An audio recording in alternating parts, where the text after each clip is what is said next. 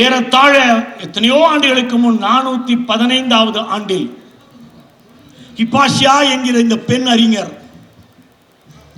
அந்த பெண் அறிஞரின் 7 புத்தகங்கள் முற்றிலும் அழிக்கப்படுகின்றன. அதில் ஒரு புத்தகத்தின் தலைப்பு த மில்கி வே, பால்வெளி பாதை.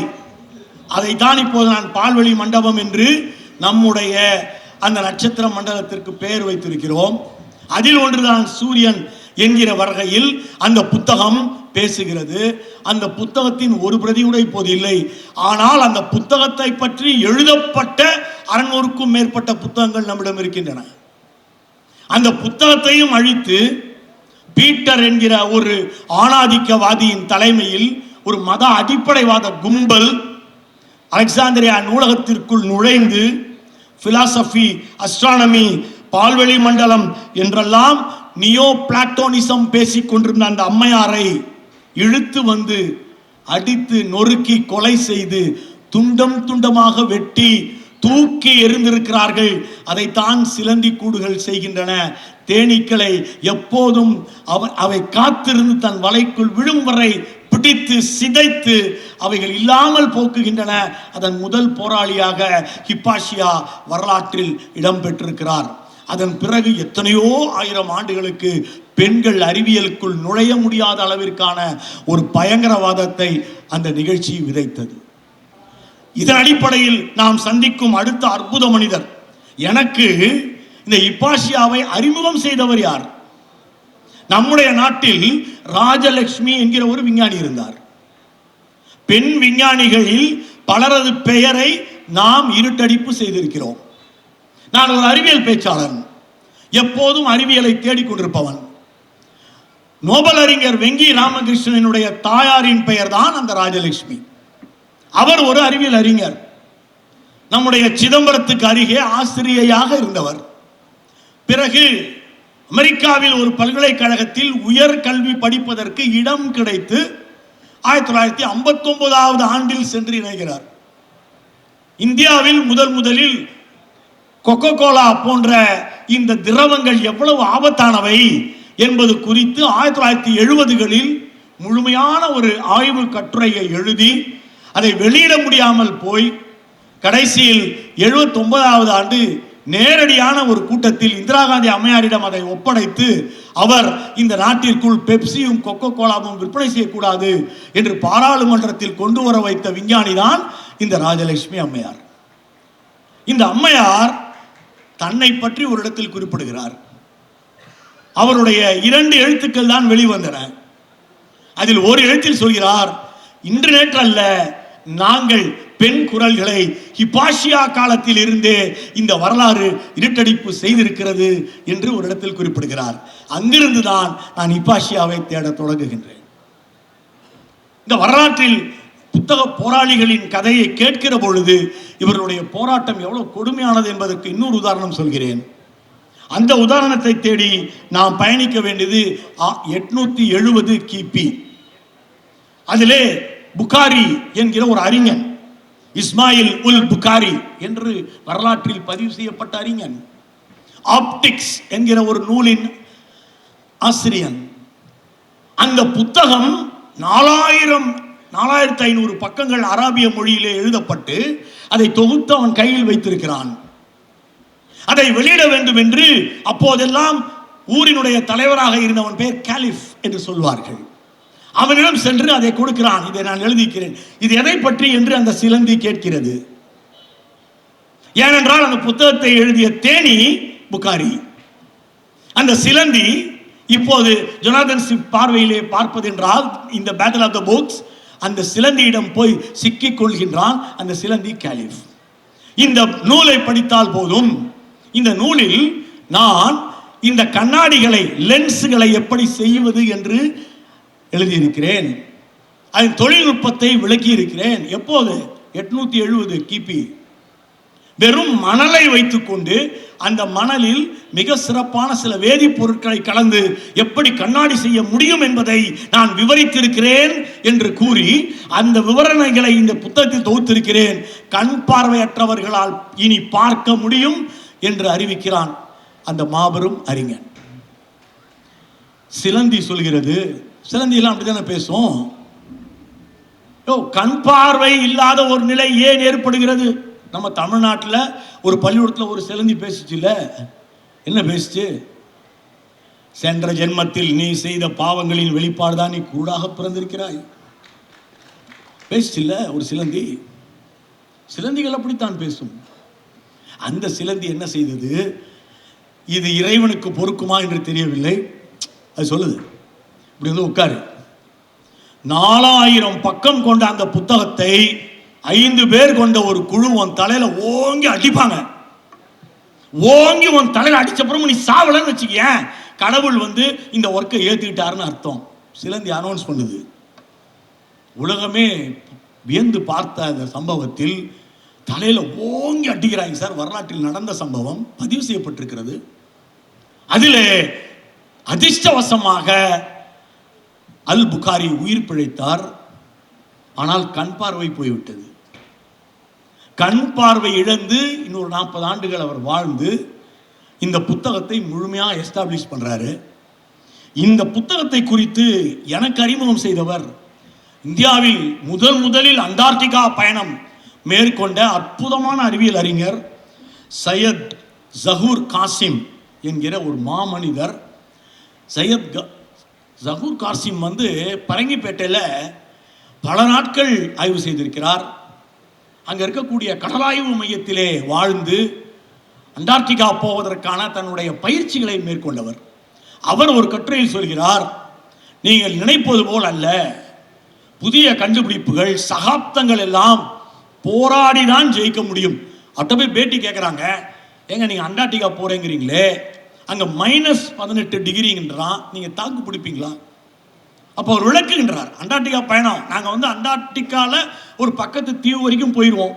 ஆனால் அங்கேருந்து அண்டார்டிகா போகணும்னா 8 ஸ்டெப் டெஸ்ட் இருக்கு. கடைசி டெஸ்ட்டு 10 டிகிரி மைனஸில் உன்னால் இருக்க முடியுதான்னு பார்க்குற டெஸ்ட்டு. உன்னால் இருக்க முடிஞ்ச அப்புறம் தான் உனக்கு கொண்டு போய் அங்கே விடுவாங்க. அது வரைக்கும் போயிட்டு திரும்பி வந்தவங்களாம் இருக்கான், பாடி தாங்கணும் அப்படின்னு சொல்லிட்டு சொல்கிறாரு. இதே மாதிரி நிலைமையில் புகாரி அதை கடந்து வரவில்லையா? என் கண் பார்வையோ என் உடலோ என் உடற்கூறோ ஏதாவது ஆனாலும் அறிவியலுக்கு நான் ஏதாவது செய்ய வேண்டாமா என்று கேட்கிறார். அப்படிப்பட்ட இரண்டாவது மிகப்பெரிய புத்தக போராளியாக நாம் இந்த ஆப்டிக்ஸ் புத்தகம், இன்றைக்கும் கூட இந்த புத்தகத்தின் அடிப்படையில் தான் நானும் இந்த கண்ணாடி அணிந்திருக்கிறேன், இங்கே இருக்கும் பலரும் அணிந்திருக்கிறீர்கள். இதன் அடிப்படைகளை சாதித்து காட்டியவன் அல் புகாரி. மூன்றாவது பிரம்மாண்ட போராடியை பற்றி ஏற்கனவே கேள்விப்பட்டிருப்பீர்கள். ஆனால் நான் பல ஆண்டுகளுக்கு அதை அறியாமல் தான் இருந்தேன். எஸ்கே மித்ரா என்று நம் நாட்டில் ஒரு அறிஞர். எஸ்கே மித்ரா எப்படிப்பட்ட ஆள் தான் சார், அவருக்கு வந்து ஒரு 10 வயசா இருக்கிறப்ப நீங்க கற்பனை பண்ணி பாருங்க, 10 வயசு பையன் ஒருத்தன், சின்ன பையன், ஒரு கூடை, அந்த கூடைக்கு வந்து ஒரு பெரிய பலூன் சார், அந்த பலூன்ல அந்த பையனை வச்சு மேலே அனுப்புறாங்க. அவங்க வாத்தியார் தான் அனுப்பிச்சது. இந்த எக்ஸ்பெரிமெண்ட் நடந்தது கல்கட்டால. அந்த பலூன் அப்படியே மேலே போய் அது எங்கெல்லாம் போகுது அங்கே போய் டெம்பரேச்சரே எல்லாத்தையும் குறிக்கணும். அதுக்கு இந்த பையன் அப்படி வாழ்க்கையின் தொடக்கமே அட்மாஸ்பியரில் ஆரம்பிக்குது எஸ்கே மித்ராக்கு. அவர் எழுதின பிரபலமான புத்தகத்தின் தலைப்பும் அட்மாஸ்பியர். இந்த புத்தகம் வெளிவரக்கூடாது என்று பிரிட்டிஷ்காரர்கள் தடை விதித்து விட்டார்கள். ஆனால் 1957ஆம் ஆண்டு நம்முடைய சோவியத் யூனியனில் இருந்து ஸ்புட்னிக் விண்வெளியை நோக்கி பறந்த பிறகு அந்த சயின்டிஸ்ட் குழு ஒரு பேட்டி கொடுக்குது. அப்ப சொல்றான், எங்களுக்கு வந்து எஸ்கே மித்ரா எழுதின அட்மாஸ்பியர் புக் ரொம்ப யூஸ்ஃபுல்லா இருந்தது அப்படின்னு. உடனே நேரு அதை பத்தி கேள்விப்பட்டு, அது என்ன புக்கு, யார் அந்த எஸ்கே மித்ரா, எங்க இருக்காரு, கூப்பிடுங்க. அவர் வந்து பாத்தீங்கன்னா ஒரு ஹை ஸ்கூல்ல வாத்தியாரா இருக்காரு சார். அவரை நேரு அழைத்து வந்து அவரை பேராசிரியர் ஆக்குகிறார். அவருடைய அட்மாஸ்பியர் புத்தகம், அந்த அட்மாஸ்பியர் புத்தகத்தை, அது வந்து வெளிவந்த ஆண்டு 1952. அந்த புத்தகத்தை எஸ்கே மித்ரா, நான் ஜியோர்டானோ ப்ரூனோ என்கிற அறிஞருக்கு இந்த புத்தகத்தை சமர்ப்பிக்கிறேன் என்று எழுதியிருக்கிறார். யார் இந்த ப்ரூனோ? தேடி பார்த்தால் இந்த ப்ரூனோ ஒரு பிரம்மாண்ட அறிஞனாக, இவன் வெறும் அறிஞனாக இருந்து வெறும் கட்டுரையெல்லாம் எழுதி வெறும் புக்கை இன்னும் அந்த காலத்தில் இவனை ஒன்றும் சொல்லிக்க மாட்டாங்க. ஆனால் இவன் ஊர் ஊரா போய் அறிவியல் பிரசங்கம் செய்கிறான். ப்ரூனோ ஊர் ஊராக சென்று அறிவியல் பிரசங்கம் செய்கின்றான். இத்தாலி முழுவதையும் சுற்றி வருகிறான். நோலாவில் பிறந்தவன் இத்தாலி முழுவதும் சுற்றி வரான். இவனை பற்றி கேள்விப்படுறாங்க. இவன் போடுறதுல என்ன பேசுகிறான்? ஒன்றும் பயப்படாத, அந்த சூரியன்லாம் வந்து சும்மா நட்சத்திரம் தான். ராத்திரி நேரத்தில் கம்பளம் போட்டது போல அந்த இரவினுடைய வானம் இருக்கும். அங்கிருந்து லைட்லாம் தெரியுது இல்லை, அது வந்து அந்த ஓட்ட வழியாக வர்ற சொர்க்கத்தின் வெளிச்சம் என்று நம்ப வைக்கப்பட்ட ஒரு ஆண்டில் இதெல்லாம் நட்சத்திரங்கள், சூரியனும் நட்சத்திரம்தான், அதுதான் மையத்தில் இருக்கிறது என்று கணித ரீதியில் ஊர் ஊரா போய் விளக்கம் கொடுக்கிறான் ப்ரூனோ. இந்த ப்ரூனோவை ஒரு இடத்தில் பிடித்து கட்டி வைத்து அன்றைய சிலந்திகள், ப்ரூனோ ஒரு தேனி, அன்றைய சிலந்திகள் வலையில் எப்போது சிக்குவான் என்று பார்த்திருந்து அவனை உயிரோடு எரிக்கிறார்கள். ஆனால் ப்ரூனோ தான் இறந்து போவதற்கு முன் குறிப்புகளை எல்லாம், தன்னுடைய உரையின் குறிப்புகளை எல்லாம் தொகுத்திருக்கிறான். இத்தாலிய மொழியில் அந்த உரையின் தொகுப்புகளை அப்படியே கொண்டு வந்து 17 புத்தகங்களாக, வால்யூம்ஸாக அதை வெளியிட்டு, அதில் 2 வால்யூம் தான் இப்போ கிடைக்குது. முதலில் வானத்தை வேறு வகையில் பார்த்த, அறிவியல் ரீதியில் பார்த்த ப்ரூனோ தான் என்னுடைய முன்னோடி. அவருக்கு நான் இந்த புத்தகத்தை அன்போடு சமர்ப்பிக்கிறேன் என்று எஸ்கே மித்ரா அறிவித்திருப்பது எவ்வளவு பொருத்தமான ஒரு விஷயம்.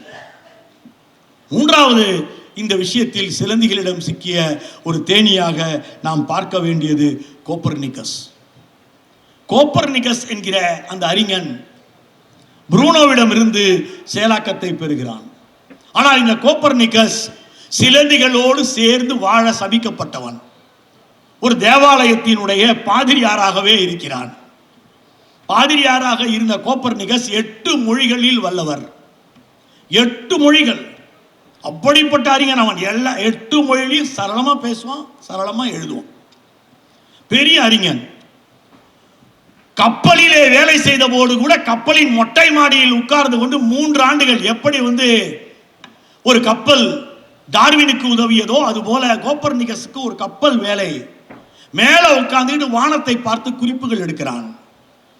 3 ஆண்டுகள் எடுத்த குறிப்பை வைத்து ஒரு புத்தகம் எழுதினான். இன்றைக்கு நம்ம ரெவல்யூஷன் வார்த்தையை ஈஸியா யூஸ் பண்றோம். ரெவல்யூஷன் அப்படின்னா இன்னைக்கு புரட்சி. இன்னைக்கு புரட்சி, ரெவல்யூஷன். எவனாவது அரசாங்கத்துக்கு எதிராகவோ, அமைப்புக்கு எதிராகவோ, இருப்புக்கு எதிராகவோ செயல்பட்டா நீ என்ன பெரிய புரட்சிவாதியான்னு கேட்கிறோம். ஆனால் இந்த ரெவல்யூஷன் என்கிற வார்த்தை எங்கிருந்து வந்தது? உலகமே பூமி நடுவில் இருக்கிறது, எல்லாம் பூமியை சுத்துகின்றன என்று சொல்லிக் கொண்டிருந்த காலத்தில் டி ரெவல்யூஷனரி புக்ஸ் என்கிற தன்னுடைய புத்தகத்தின் மூலம், இல்லை, சூரியன் மையத்தில் இருக்கிறது, பூமி சூரியனை சுற்றி வருவது மட்டுமல்ல, பூமி தன்னைத்தானே சுட்டுகிறது. ரெவல்யூஷன். இந்த ரெவல்யூஷன் என்கிற வார்த்தை, தன்னைத்தானே பூமி சுற்றுவதால் தான் இரவும் பகலும் ஏற்படுகிறது என்று கணித ரீதியில் நிரூபணமான ஒரு புத்தகத்தை படைக்கிறார் நிக்கோலஸ் கோப்பர்னிக்கஸ். நிக்கோலஸ் கோப்பர்னிக்கஸின் இந்த புத்தகத்தை அவ்வளவு எளிதாக வெளிவர விட்டு விடுவார்களா? சிலந்திகள் அப்படி என்ன இளிச்சவாயர்களா? சிலந்திகள் இந்த புத்தகத்தை அச்சிடுகிறோம், கவலைப்படாதீர்கள், அச்சிடுகிறோம், கவலைப்படாதீர்கள் என்று ஆண்டுகளை தள்ளிக்கொண்டே வந்து, கோப்பர்னிக்கஸ் நாளை காலைல சாவ போறான் சார், இன்னைக்கு நைட் அவன்கிட்ட கொண்டு போய் அந்த ஃபர்ஸ்ட் காப்பியை காட்டுறாங்க. அதை வாங்கி பார்த்த கோப்பர்னிக்கஸ், அட்டை சரியா இல்லை, எதுவுமே போடல. அவங்க என்ன போட்டிருக்காங்க அந்த அட்டையில, இவருக்கு வச்ச தலைப்பு அவன் வைக்கல, சூரியன் நடுவில் இருக்கிறது என்ற பேத்தலோடு வெளிவரும் ஒரு புத்தகம்னு அதை கேலி செஞ்சு ஒரு தலைப்பு வைக்கிறான். அதை பார்த்து கொஞ்ச நேரத்திலே கோப்பர்னிக்கஸ் இறந்து போகிறார். ஆனா இவன் என்ன நினைச்சிட்டானுங்க, கோப்பர்னிக்கஸ் செத்துட்டான், இனிமே இதுடா வெளியிடணும்னு முடக்கிட்டான். எல்லா காப்பியையும் வேட்டிகான்ல வாங்கி அழிச்சிட்டாங்க. ஆனா பெரிய ஒரு தந்திரமான வேலை கோப்பர்னிக்கஸ் செய்தது. அவருடைய தோழர்களின் வழியாக ஜெர்மன் மொழியிலும் இத்தாலி மொழியிலும், ஏன்னா அவனுக்கு 8 மொழி தெரியும்ல, அதே ஒரே நேரத்தில் அந்த புத்தகத்தை வெளிவர வைக்கிறான். செத்த பிறகும் கோப்பர்னிக்கஸ். சிலந்திகளை வெல்லுவது எப்படி என்று தேனீக்களுக்கு தெரியும். சிலந்திகளை எப்படி வெல்வது என்று தேனீக்களுக்கு தெரியும். இந்த சிலந்தி வலைகள் எல்லாம் சேர்ந்து ஒரு தேனியை தேர்வு செய்தன. ஜொனாதன் ஸ்விஃப்ட் சொல்றான், சிலந்தி வலை தான், அது அங்கதான் இருக்குது, ஆனா தேனியே போய் அதுல சிக்கிச்சுன்னா இந்த புத்தகங்கள் யார் பக்கம் நிற்கும்? நவீனத்தின் பக்கமா பழமைவாதத்தின் பக்கமா என்று அந்த கவிதை கடைசியில முடியும்.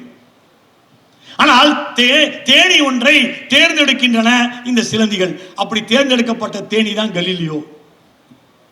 கலீலியோவை தேர்வு செய்கிறான் ஒரு போப். கலீலியோவை அழைக்கிறான். டாலமி எழுதிய ஒரு புத்தகம், அவன் தான் பழமைவாதி. அவன் பூமியை வச்சுதான் எல்லாம், மனுஷனை 6 நாள்ல கடவுள் படைச்சாரு, இத்தனை நாட்களுக்குள் இது வந்ததுன்னு ஸ்டாட்டிஸ்டிக்கலா ஒரு புக் எழுதுறான். அப்பெல்லாம் அதுதான் விஞ்ஞானம், அதுக்கு பேர் இயற்கை விஞ்ஞானம். அது ஒரு பக்கம் இருக்கு. நிக்கோலஸ் கோப்பர்னிகஸ் புக்கு ஒரு பக்கம் இருக்கு. கலீலியோ கிட்ட கொடுக்குறாரு, இந்தா இது எல்லாமே எங்கள்கிட்ட இருக்குது, இந்தா வச்சுக்க, இது ரெண்டையும் படி. இது ரெண்டையும் படித்து விட்டு எங்களுக்கு நியாய தீர்ப்பு போல நீ ஒரு புக் எழுதணும், நீ எழுதுறத எல்லாரும் நம்பணும். நல்லா நான் வச்சுக்க, உங்ககிட்ட ஒர்க்கை கொடுக்குறதே நாங்க, அதை மறந்துடாத. அப்படின்னா என்ன அர்த்தம்னா, நீ டாலமிக்கு ஆதரவா எழுதுன்னு அர்த்தம். கலீலியோ அதை வாங்கி கொண்டு போனாரு. 18 ஆண்டுகள் திரும்பி வரவே இல்லை. கலீலியோ 2 புத்தகத்தையும் படித்து விட்டு அற்புதமான தன் நூலை எழுதினார். அந்த புத்தகத்தை எழுதி கொண்டிருக்கும் பொழுது கலீலியோ தனக்கு கிடைத்த தான் கேள்விப்பட்ட டெலஸ்கோப்பை வானை நோக்கி திருப்பி விட்டார். வரலாற்றின் முதல் பிரம்மாண்ட திருப்புமுனை என்றால் கலீலியோ என்கிற அந்த தேனி வானத்தை நோக்கி அந்த டெலஸ்கோப்பை திருப்பிய தினம்தான் 1609. திருப்பியவர் அங்கிருந்து தனக்கு கிடைத்த தகவல்களை எல்லாம் வைத்து between the dispute of the 2 different worlds என்ற ஒரு புத்தகத்தை எழுதி கொண்டு வந்து, அதை எழுதி இன்னும் வெளியிட கூட இல்லை, ஆனால் அதில் என்ன இருக்குன்னு போப்பு தெரிஞ்சுக்கிறான். எல்லாரும் அறிந்து கொள்கிறார்கள்.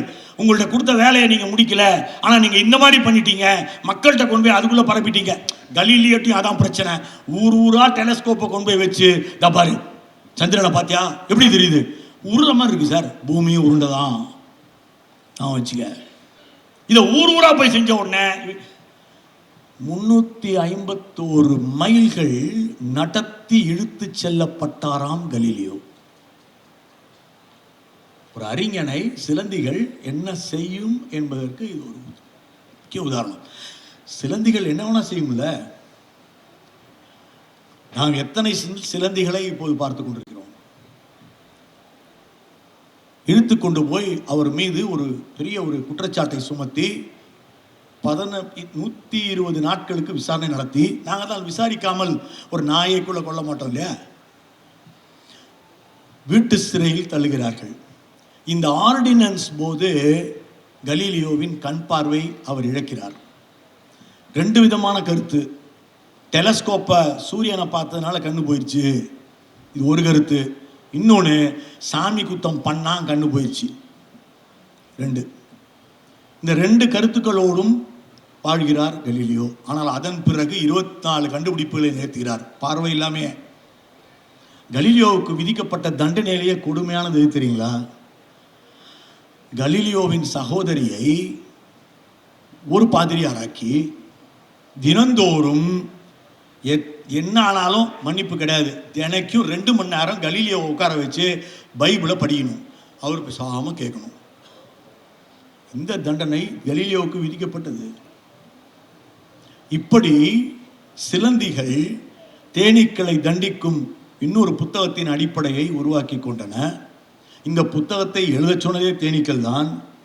அந்த புத்தகத்தின் அடிப்படையும் கலீலியோ என்கிற ஒரு மாமனிதனும் இருந்த காரணத்தினால் இந்த உலகத்தில் இன்றைக்கும் வானியல் என்கிற ஒரு துறை நிலைத்து நிற்கிறது தோழர்களே. அதை நாம் மறந்துவிடக்கூடாது. இந்த வீட்டுக்காவலையும் தினசரி பைபிள் வாசிப்பையும் கடந்து நாம் கெப்லரிடம் போகிறோம். இதைவிட மோசமாக கெப்லர் தண்டிக்கப்படுகிறான். கெப்லர் ஒரு தேனி என்பதை மிக விரைவில் சிலந்திகள் அறிந்து கொண்டன. எப்போது? அவனுக்கு 9 வயசா இருக்கும் போதே. 9 வயதில் கெப்லர் செய்த ஒரு பிரம்மாண்ட சாதனை. அவன் மலைகளின் உச்சியில் இருந்து வானத்தை பார்க்க கற்றுக்கொள்கிறான். நம்மளாம் வானத்தை பார்க்கிற பார்வை வேற, கெப்லர் பார்க்கிற பார்வை வேற. கெப்லர் அந்த வானத்தை பார்க்கும் பொழுதே இந்த நட்சத்திரம் இங்கு வந்து விட்டது, இது அங்கே போய்விட்டது, இந்த குடும்பம் அங்கே மாறிவிட்டது என்று கச்சிதமாக பேசுவான். அவனுடைய தாய் அவன் அருகில் இருந்து ஆச்சரியத்தோடு பார்த்து கொண்டே இருப்பாள். இப்படிப்பட்ட ஒரு கண் பார்வை அவனுக்கு என்று. உண்மையில் அவன் கண் பார்வை அப்படிப்பட்டது அல்ல. அவன் மனம் அருமையான ஒரு ஒரு ஃபுட்பால் எப்படி ஒரு மேட்ச் நடக்கிற இடத்துல அந்த கால்குலேஷன்ஸ் போடுவோம், அது மாதிரி வானத்தை அருமையான ஒரு மைதானமாக கணக்கிடுகிறது. ஆனா கெப்லர் என்ன செய்தான்? கெப்லர் இந்த பூமியில் இருந்து அனைத்து கோள்களும் சூரியனை சுற்றி வரும் பாதை ஒரு நீள்வட்ட பாதை என்று கணித முறையில் நிரூபிக்கிறான். சரி சார், இந்த நிரூபணத்தை அவன் எங்க எழுதுறான்? இப்போ கெப்லருக்கு தெரியும் தேனீக்கள் என்ன தேனீக்கள் இப்படி செய்தால் சிலந்தி என்ன செய்யும் என்று தெரிந்து கொண்ட தேனீக்களில் ஒருவன் அவன். ஜகதால கில்லாடிங்க, அதுக்குள்ள அவங்க அம்மாவை பிடிச்சி ஜெயிலில் வச்சிட்டாங்க.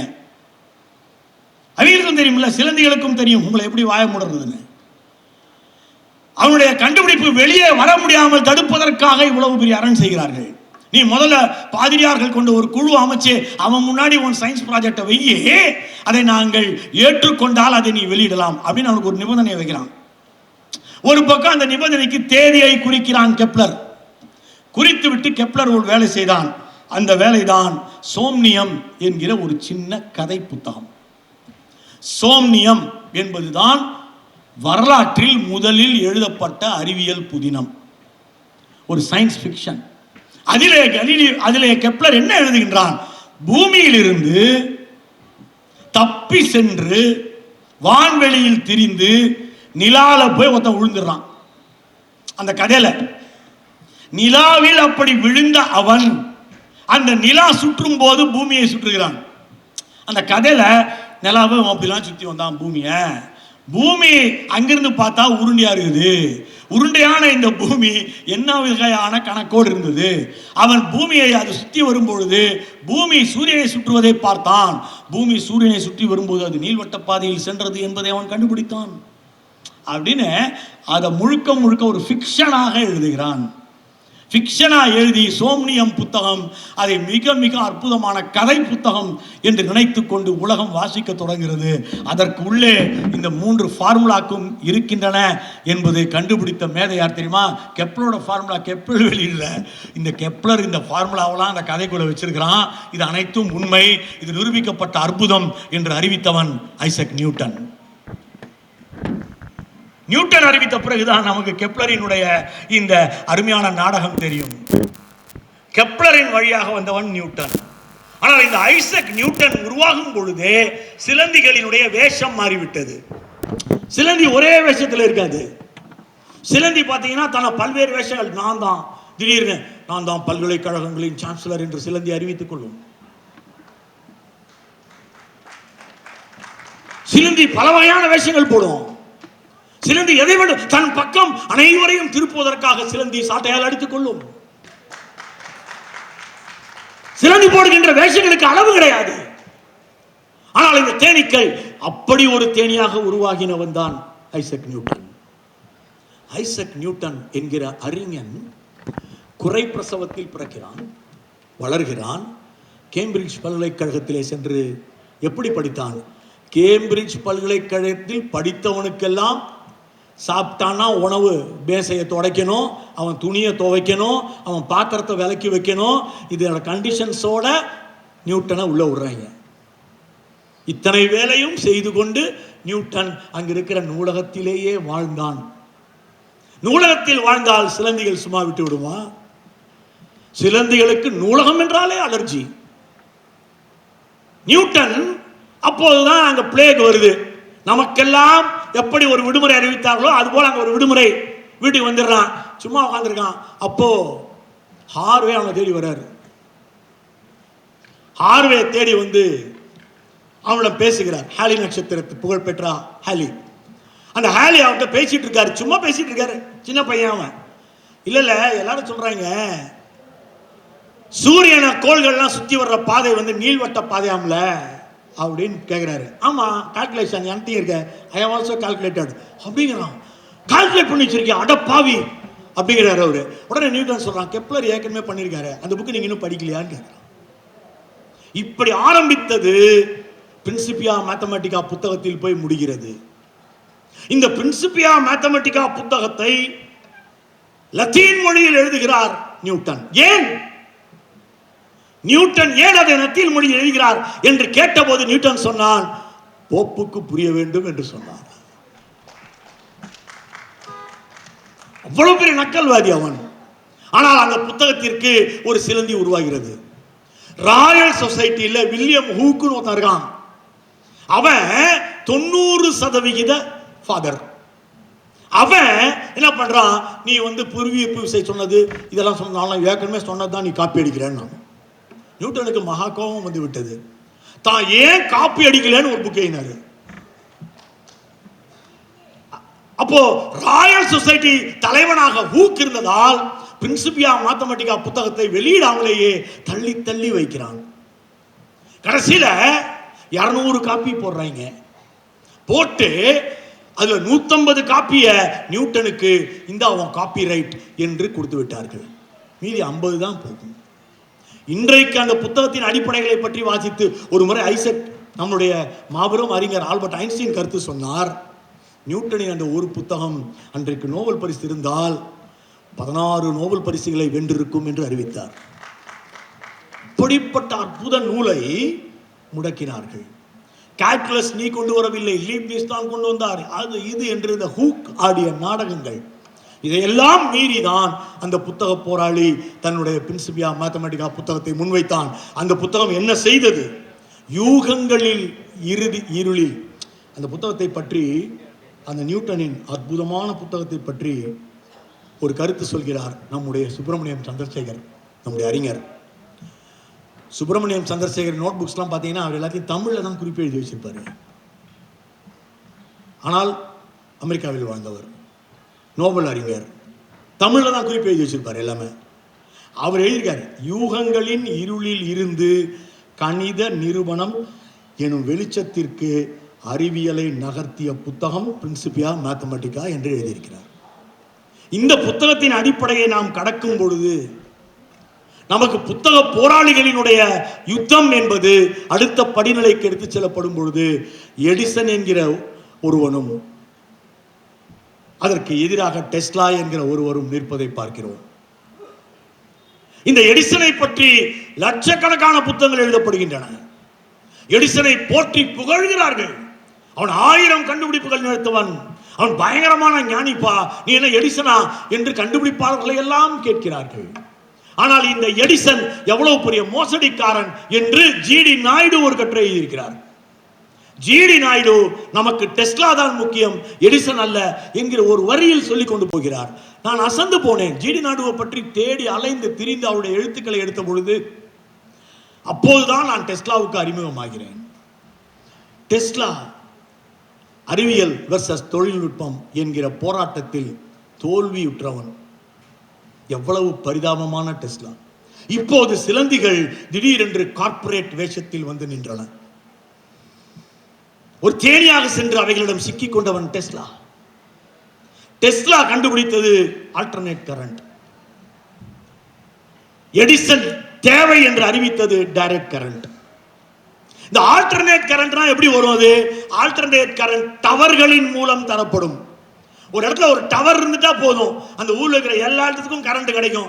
நீங்க பணமே கட்ட வேணாம், இபி கிடையாது, எதுவும் கிடையாது, இந்த ஒயர் கிடையாது, எதுவும் தேவையில்லை. இதுதான் டெஸ்லாவின் வழி.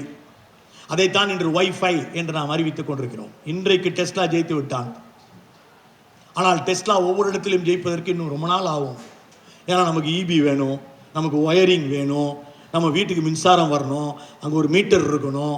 இந்த கார்ப்பரேட்டுகள் கையில் அது கிடைக்க வேண்டும். கார்ப்பரேட் சமூகம் நமக்கு கிடைக்கும் இயற்கையையும் தண்ணீர் உட்பட வியாபார சரக்காக்கி விற்க வேண்டிய ஒரு இடத்திலே முதலில் அந்த இடத்தை நிரப்பியவன் எடிசன். எடிசன் எலக்ட்ரிசிட்டி என்கிற விஷயத்தை அவன் அழகாக ஸ்டாக் மார்க்கெட் ஐட்டமாக மாற்றுகிறான். டெஸ்லா அதற்கு எதிராக போராடுகிறான். டெஸ்லா தன் போராட்டத்தில் தோல்வியுற்று நியூயார்க் நகருக்கு சென்று ஹோட்டல் நியூயார்க்கர் என்கிற அந்த ஹோட்டலில் 3327 என்கிற அறையில் தங்கியிருக்கிறான். பட்டினி கிடக்கிறான். சிலந்திகள் டெஸ்லாவை சீண்டவில்லை, ஒதுக்கி வைக்கின்றன. கார்ப்பரேட் உலகம் அவனை காரி துப்புகிறது. உன்னால் எங்களுக்கு பயனில்லை என்று சொல்கிறது. என்னுடைய இது பயன்பாட்டு அறிவியல், மக்கள் அறிவியல் என்று துடிக்கிறான் டெஸ்லா. இறுதியாக டெஸ்லா எப்போது இறந்து போனான் என்று யாருக்கும் தெரியவில்லை. அவனுடைய அறை கதவை சென்று அந்த ஹோட்டலில் இருக்கிற வேலை பார்க்குற சிப்பந்தி ஒரு மேடம் அதை உடைக்கிறார்கள். உள்ளே டெஸ்லா இறந்து கிடக்கிறான். அங்கே ஒரு நூலகம் இருக்கிறது. அந்த நூலகம் முழுவதும் 212 கைப்பட எழுதப்பட்ட டெஸ்லாவின் கை பிரதி புத்தகங்களோடு டெஸ்லா இறந்து போனான். அந்த புத்தகங்களை எடுத்து ஒவ்வொன்றாக படித்து படித்து அறிவியல் உலகம் இன்று ஒவ்வொரு கண்டுபிடிப்பையும் நிகழ்த்தி கொண்டிருக்கிறது. இன்றைக்கு நான் இங்கு பேசிக் கொண்டிருப்பதை அங்கே ஒளிப்பதிவு செய்கிறார்கள். இந்த ஒளிப்பதிவு மிக நேரடியாக எனக்கு இதுக்குள் வந்து விடுகிறது. அதற்கு ஒயர் தேவையில்லை, எதுவுமே தேவையில்லை. இந்த இடத்தை எனக்கு கொடுத்த டெஸ்லா எனும் தேனியை சிலந்திகள் எப்படி அழித்தன என்பதற்கு இதை விட பெரிய உதாரணம் வேறு என்ன வேண்டும்?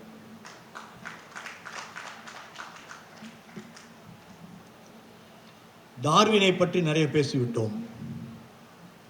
சிங்காரவேலர் எனும் மா மனிதர் டார்வினை அறிமுகப்படுத்திய விதத்தை மட்டும் பேசி சென்று விடுகிறேன். டார்வினை தமிழுக்கு அறிமுகம் செய்தவர் சிந்தனை சிற்பி சிங்காரவேலர். 3 பேரா சயின்ஸ்னு ஒன்று எழுதுவார். 3 பேரா சயின்ஸ். எங்களுக்கெல்லாம் அறிவியல் எழுதுவதில் முன்னோடியாக இருப்பவர்னு ஒருத்தர் இருக்க முடியும்னா சிங்காரவேலர் தான். 3 பேரா தான் எழுதுவார். இந்த சிங்காரவேலர் கான்செப்ட் எவ்வளோ பயங்கரமானது அப்படிங்கிறத நான் 2 இடங்களில் இருந்து தெரிந்து கொண்டேன். இந்த ராமகிருஷ்ணா மிஷன் வர்ற ஒரு புக்கில் விவேகானந்தர் முன்னாடி எழுதின கட்டுரையெல்லாம் வரிசையாக போட்டுட்ருக்காங்க. அதில் ஒரு கட்டுரையில் விவேகானந்தர் திடீர்னு டார்வினை பற்றி எழுதுறாரு. என்னடா விவேகானந்தர் டார்வினை பற்றி எழுதிட்டாரா அப்படின்னு நான் எடுக்கிறேன். 96 அது வெளியே வருது. ஆனால் அதை அவர் எழுதும்போது 1920 எழுதியிருக்காரு.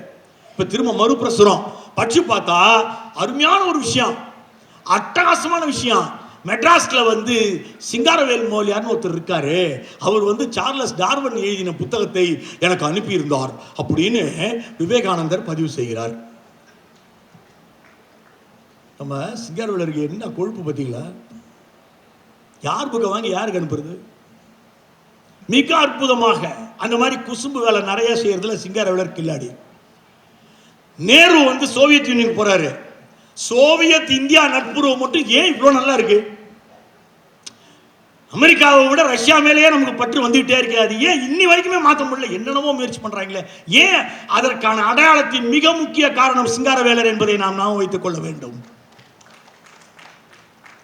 லெனினுடைய 2 விஷயம் சார். லெனின் மாதிரியே நேரு ஒரு விஷயத்துல.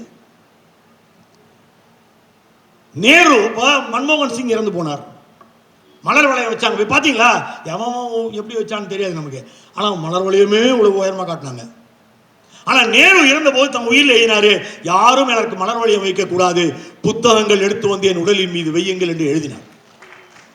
அப்போது சேர்ந்த 3000 புத்தகங்களையும் பல்வேறு பள்ளிகளுக்கு தானமாக கொடுத்தார்கள். இது வரலாறு. இந்த வேலையை முதலில் செய்தவர் தான் வரலாற்றில் நம்முடைய தலைவர் லெனின் அவர்கள். இந்த லெனின் மியூசியம் ஒன்று வச்சிருக்கான். அது கூட ஒரு பெரிய லைப்ரரி வச்சிருக்கான். நேரு போய் பார்க்குறாரு. அந்த லைப்ரரியில் ஒரு பகுதி முழுக்க பெரிய ரேக்கு சிங்காரவேலர் கலெக்ஷன்ஸ் அப்படின்னு வச்சிருக்கான். அப்போ எவ்வளவு பெரிய புத்தக வெறியாளராக நம் சிங்காரவேலர் இருந்திருக்க வேண்டும். அவர் டார்வினை பற்றி எழுதும்போது சுருக்கமாக 2 விஷயம். 6 நாட்களில் கடவுள் படைத்தார், ஒரு சில 1000 ஆண்டுகளுக்கு முன் என்று இருப்பதை மில்லியன் கணக்கான ஆண்டுகள் என்று நிரூபித்து காட்டியவர். எப்படியெல்லாம் அவர் உழைத்தார், எப்படி கஷ்டப்பட்டார். டார்வினுக்கு ஒரு இடத்துல எழுதுறாரு, டார்வினுக்கு சர்ச்சு என்ன பண்ணிச்சான், அவர் உயிரோடு இருக்கும்போது டெத் சர்டிஃபிகேட் கொடுத்துட்டான். அவ்வளவு கோபம் வந்துருச்சு அவங்களுக்கு. ஆனால் சிங்காரவேலர் எழுதுறாரு, அவர் அந்த ஒரு புத்தகத்தோட நிறுத்திக் கொள்வார் நினைத்தார்கள். 25 புத்தகங்கள், 79 ரிசர்ச் பேப்பர்ஸ், 180 சப்டைட்டில்ஸ் என்று வாழ்ந்து 79 வயது வரையில் வாழ்ந்து அந்த டெத் சர்டிபிகேட் தவறு என்று நிரூபித்தவன் டார்வின் என்று எழுதுகிறார். இறுதியாக நம் நாட்டு அறிஞருக்கு வருகிறேன். நம் நாட்டின் மிக அற்புதமான அறிஞர்களில் நான் மிகவும் மதிப்பவன் மெக்னாட் சாகா. இந்த சாகா அயனியாக்க சமன்பாட்டை அறிவித்தவர். சாகா அயனியாக்க சமன்பாடு இல்லைன்னா இப்ப இருந்துட்டு பூமியிலிருந்து அங்க இருக்கிற நட்சத்திரத்தை பார்த்து அது என்ன வெப்பநிலைன்னு அறிவிச்சிடுறாங்க ஈஸியா. அதை அறிவிக்கணும்னா அந்த அயனியாக்க சமன்பாட்டை நீங்க பயன்படுத்தணும். ஒரு இடத்துல ஆல்பர்ட் ஐன்ஸ்டீனும் இன்னொரு அற்புதமான அறிஞர் நீல்ஸ் போரும் பேசிட்டு இருக்காங்க. அந்த உரையாடல் பதிவு பண்ணிருக்காங்க வேற புக்ல. நீல்ஸ் போர் கிட்ட ஐன்ஸ்டீன் சொன்னாரு, அந்த நட்சத்திரம் 45,000 டிகிரி செல்சியஸ் என்று சொன்னார். ஹவு டு யூ நோ என்று அவர் கேட்கிறார். ஐ சாகாட் இட் என்று சொல்கிறான் ஐன்ஸ்டீன். சாகாவை ஒரு வெர்பாவை யூஸ் பண்றான். அந்த அளவிற்கு பிரசித்தி பெற்ற அந்த மாபெரும் மனிதர் சாகா பிறந்தது கொட்டாங்குச்சியில டீ குடிக்கிற ஒரு தாழ்த்தப்பட்ட இனத்தில் பிறக்கிறான். எவ்வளவு பெரிய போராட்டத்தோடு அவன் படித்திருப்பான். அவன் ஊர்ல படித்துக் கொண்டிருக்கும் போது சுதந்திர போராட்டத்தில் ஈடுபட்டான் என்பதற்காக டிசி கொடுக்கிறாங்க. அது என்ன டிசி? அது என்ன கான்டாக்ட் சர்டிபிகேட்? நம் நாட்டில் முதல்ல கான்டாக்ட் சர்டிபிகேட் வாங்கணும் அவன் தான். கான்டாக்ட் சர்டிபிகேட் அப்படின்னு ஒன்று கொடுத்துட்டாங்க. ஏன்னா அவன் 9ஆம் வகுப்பு படிக்கும் போது ஒரு வயசுல ஏத்து போறான். உடனே டிசி அதுல கான்டாக்ட்னு ஒன்று போட்டு வெரி பேட். குழந்தைகளுக்கு அவன் ஒழுக்கம் நல்லா இருக்கா நல்லா இல்லையான்னு கான்டாக்ட் சர்டிபிகேட் கொடுக்கறதுக்கு இவனுங்க யார் சார்? இப்பயும் கொடுத்துருந்தாங்க. ஒரு குழந்தை ஒழுக்கமானதா இல்லையா என்பதை அறிவிப்பதற்கு பள்ளியில் இருக்கிற அந்த பெரிய மனிதர்களுக்கு என்ன யோக்கியதை இருக்கிறது? அன்னைக்கு அதை வைத்துக் கொண்டிருந்தான். Sir CV. ராமனை போலவே தானும் ஐசிஎஸ் எழுத வேண்டும் என்று அந்த தேர்வுக்கு விண்ணப்பிக்கிறான். உன்னுடைய டிசியில் இப்படி போட்டிருக்குது, நீ எழுத முடியாது என்று நிறுத்தப்பட்டவன் மெக்னாட் சாகா. 13 முறை நோபல் பரிசுக்கு பரிந்துரைக்கப்பட்டும் 13 முறையும் இவனுக்கு ஒழுக்கம் கட்டவன் என்று சர்டிபிகேட் அரசாங்கம் கொடுத்து விட்டது என்பதற்காக நோபல் பரிசு மறுக்கப்பட்டவன் மெக்னாட் சாகா. இந்த மெக்னாட் சாகா 1952 தேர்தலில் நிற்க ஆசைப்பட்டார். அப்போது நேரா போய் காங்கிரஸ்ல இடம் கேட்டாரு. நாங்க ஏற்கனவே பெரிய பெரிய பணக்காரர்களுக்கு கொடுத்துட்டோம், நீங்க சயின்டிஸ்ட் தானே, உங்களுக்கு எதுக்கு அறிவியல்லாம் அரசியல்லாம்? இல்ல நான் நிக்கணும். பிறகு அவர் சென்று B.R. அம்பேத்கரை சந்திக்கிறார். அம்பேத்கர் சொன்னார், நீ சுயேட்சையா இல்லையா, ஏன் பயப்படுற? கல்கத்தா கிழக்கு தொகுதியில் சுயேட்சையாக போட்டியிட்டார் மெக்னாட் சாகா. கையில ஒத்த பைசா இல்ல, பணமே இல்லைன்னா எப்படி எலெக்ஷன் நிற்கிறது? அப்பதான் கேம்பிரிட்ஜ் யூனிவர்சிட்டி பிரஸ் அதோட ஒரு ஒப்பந்தம் போடுகிறார். த ட்ரீட்டி ஆஃப் ஹீட் என்கிற புத்தகம் இன்றைக்கு உலகத்தில் தலை சிறந்த 10 அறிவியல் நூல்களில் ஒன்று என்று பெயர் பெற்ற புத்தகம் த ட்ரீட்டி ஆஃப் ஹீட். இப்போ சிலந்திகளின் வேஷம் மாறிவிட்டது. மேக்னாட் சாகா நோபல் மறுக்கப்படுகிறார். மேக்னாட் சாகாவின் புத்தகங்களை ஏற்க மறுக்கிறார்கள். கண்டுபிடிப்புகளை இந்தியா அங்கீகரிக்க மறுக்கிறது. இப்போ புத்தகத்திற்கு முன்பணம் வாங்குறாரு 5000 ரூபா, நான் அவனுக்கு எழுதி கொடுத்துட்றேன், அவன் 5000 கொடுக்குறான். இந்த 5000 ரூபால 1000 ரூபாயை ஜாமீனுக்கு கட்டுறாரு. மீதி 4000 ரூபாயை செலவு பண்ணி கல்கத்தா ஈஸ்ட் என்கிற தொகுதியில் எம்பியாக வெற்றி பெற்றார் மெக்னாட் சாகா. அதுக்குதான் எப்பவுமே சில விஷயங்களை நம்ம மறந்துடக்கூடாது. இன்றைக்கு இந்த சிலந்திகள் அடிக்கும் ஆட்டங்கள் பாட்டங்கள், எப்போதுமே தேனீக்களை தேடி வேட்டையாடுவது, இதற்கெல்லாம் அம்பேத்கர் அருமையாக பதில் சொல்லியிருப்பார். அம்பேத்கர் சினிமா பார்த்தீங்கன்னா மிகவும் பிடித்த ஒரு காட்சியில் அதில் இயக்குனர் ஜாபர் பட்டேலை பெங்களூரில் அந்த படம் போடப்பட்ட பொழுது, அந்த ப்ரீவியூவுக்கு அழைக்கப்பட்ட பொழுது நான் அவரை நேரடியாக கட்டி கொண்டேன். அது ஒரு காட்சிக்காக. அம்பேத்கர் உட்காந்து படிச்சுட்டு இருப்பாரு. அவருக்கு 80 வயசு. அப்போ அவருக்கு பாதுகாப்பாக இருக்கிறதுக்கு ஒரு ஆள் அங்கே படுத்திருப்பான். இவ்வளோதான் அவர் வீடே, யாருமே கிடையாது. அந்த பாதுகாப்பாக இருக்கிறவன் படுத்துக்கிட்டு இருந்தவன் திடீர்னு போர்வையை விலகி பார்ப்பான். நைட்டு 1:30 மணி. அப்பயும் அம்பேத்கர் படுத்துட்டு இருப்பாரு. சார் அப்படின்னுவான். யாரை கூப்பிடுற? உங்களை தான் சார். சார் தூங்கக்கூடாது சார். உங்களை மாதிரி தான் சார் நேருவும், உங்களை மாதிரி தான் காந்தியும், அவங்கள தான் படிக்கிறாங்க, ஆனா அவங்களாம் தூங்குறாங்க சார். நீ பாத்தியா? அம்பேத்கர் கேட்பார், நீ பாத்தியா? அப்போது அம்பேத்கர் சொல்வார், அவர்களுடைய இனம் முடித்துக் கொண்டிருக்கிறது, அவர்கள் நிம்மதியாக உறங்குகிறார்கள். என்னுடைய இனம் உறங்கிக் கொண்டிருக்கிறது, நான் விழித்திருந்து வாசித்து தான் ஆக வேண்டும் என்று அம்பேத்கர் சொல்வார். அன்பு தோழர்களே, புத்தக போராளிகளிடம் கற்போம், வாசிப்பே வெல்லும். நன்றி, வணக்கம்.